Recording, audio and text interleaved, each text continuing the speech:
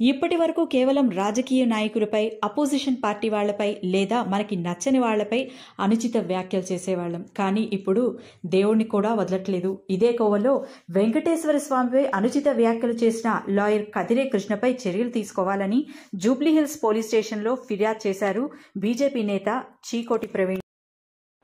ఇవాళ ఫేస్బుక్లో, వాట్సాప్లో నేను ఒక న్యాయవాది వెంకటేశ్వర స్వామిపై కొన్ని కోట్ల మంది విశ్వసించే వెంకటేశ్వర స్వామిపై అనుచిత వ్యాఖ్యలు జరపడం జరిగింది. వాడి పేరు కదిరి కృష్ణ. వాడు ఒక బాధ్యతాయుతమైన వృత్తిలో, న్యాయవాది వృత్తిలో ఉండి హిందువుల మనోభావాలను కించపరిచే విధంగా మరి సోషల్ మీడియాలో వాడు వాగిన మాటలన్నీ కూడా రావడం జరిగినాయి.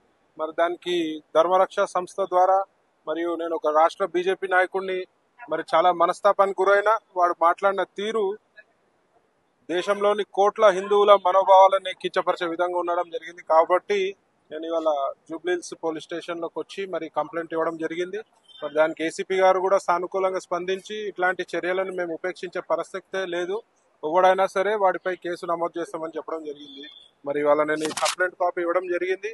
దీనిపై కమిషనర్ గారు కానీ, ఏసీపీ గారు కానీ తక్షణంగా వాడిని అరెస్ట్ చేసి మా మనోభావాలను కించపరిచిన వ్యక్తికి గట్టిగా బుద్ధి చెప్పాల్సిన బాధ్యత ఈ రాష్ట్ర ప్రభుత్వంపై, పోలీస్ శాఖపై ఉంది.